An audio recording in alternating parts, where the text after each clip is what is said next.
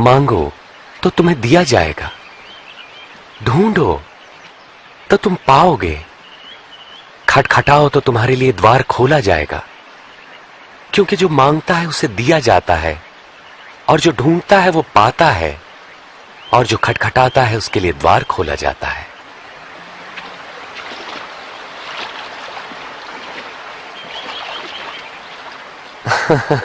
तुम में से ऐसा कौन पिता होगा जो अपने पुत्र को रोटी मांगने पर पत्थर देगा या पानी मांगने पर उसे जहर देगा?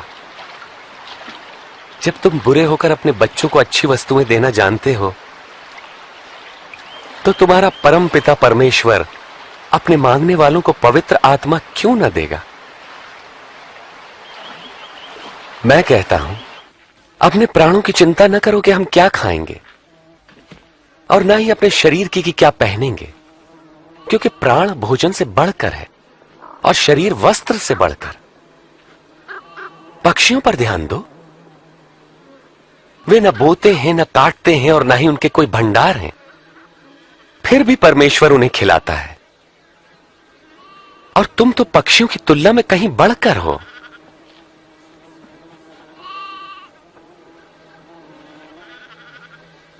तुम में से कौन चिंता करके अपनी आयु बढ़ा सकता है? जब तुम ये छोटा सा काम नहीं कर सकते तो बाकी चिंता क्यों करते हो? इन फूलों को देखो, ये कैसे बढ़ते हैं। वे किसी तरह का परिश्रम नहीं करते। राजा सुलेमान इनमें से एक के समान भी सुंदर वस्त्र न पहन सका। यदि परमेश्वर मैदान की घास को सजाते जो आज है और कल आग में झोंकी जाएगी, तो निश्चय ही वो तुम्हें भी वस्त्र पहनाएंगे। हे अल्पविश्वासियों, हमारे विश्वास को बढ़ाएं। यदि तुम्हारा विश्वास राई के दाने के बराबर भी होता तो तुम इस पेड़ से कहते कि जड़ से उखड़कर समंदर में जा लग, तो ये तुम्हारी बात मान लेता।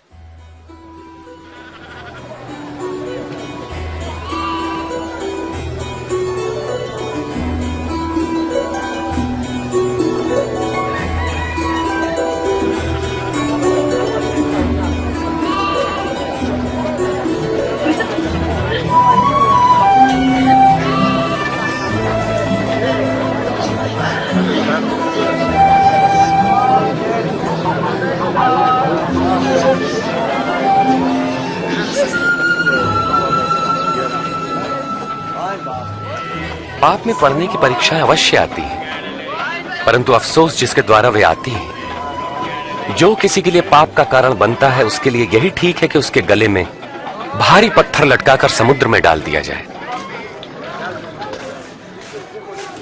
परमेश्वर का राज्य किसके समान है? वो ऐसा है, एक मनुष्य राई का दाना लेकर अपने खेत में बोता है, और वो पौधा बढ़कर पेड़ बन जाता है, और पक्षी उसकी डालियों पर घोंसला बनाते हैं। मुझे नहीं पता ये क्या कह रहा है। तुम चुंगी लेने वालों और अन्य पापियों के साथ क्यों खाते पीते हो? स्वस्थ लोगों को वैद्य की आवश्यकता नहीं होती, परंतु रोगियों को है। जो बहिष्कृत है, मैं उनको पश्चाताप का संदेश देने आया हूं, सम्मानितों को नहीं।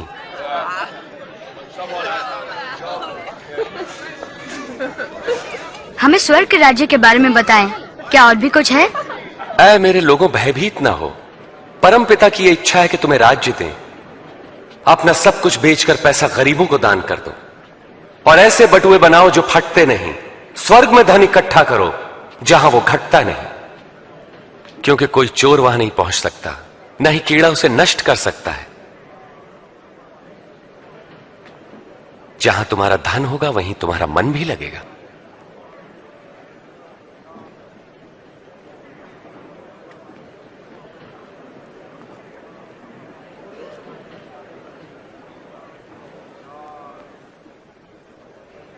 हे नारी, तुम अपनी बीमारी से मुक्त हुई।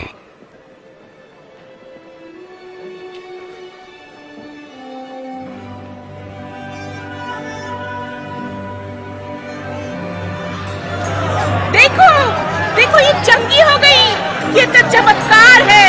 देखो ये चंगी हो गई। आओ देखो। परमेश्वर की महिमा हो।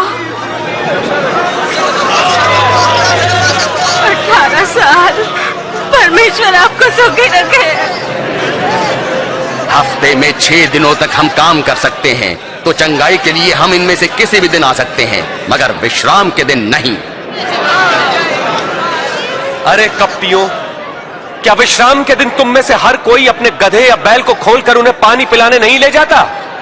और यहां पर यह स्त्री जो अब्राहम के वंश से है, जो 18 वर्ष तक शैतान के बंधन में थी, क्या विश्राम के दिन उसे मुक्त करना उचित न था?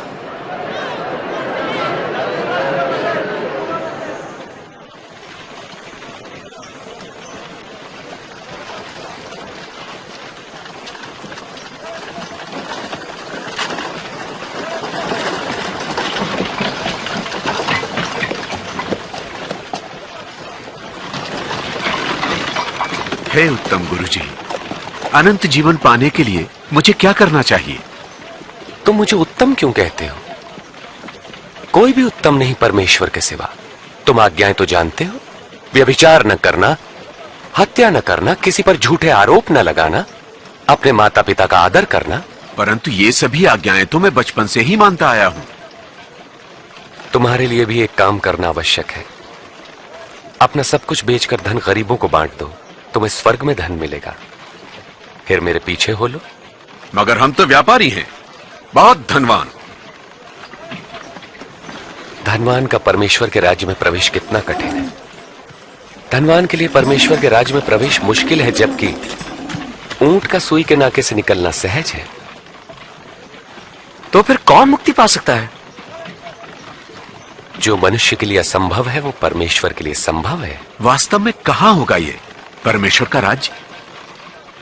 परमेश्वर का राज्य प्रकट रूप से नहीं आता। कोई ये नहीं कह सकता कि देखो ये यहां है या वहां है, क्योंकि परमेश्वर का राज्य तुम में है। वो समय आएगा जब तुम परमेश्वर के पुत्र के आगमन का दिन देखना चाहोगे, पर देख ना पाओगे। जैसे बिजली आकाश की एक ओर से दूसरी ओर तक प्रज्वलित होती है, वैसे ही परमेश्वर का पुत्र भी प्रकट होगा। परंतु पहले उसे बहुत दुख उठाना होगा और इस युग के लोग उसका तिरस्कार करेंगे।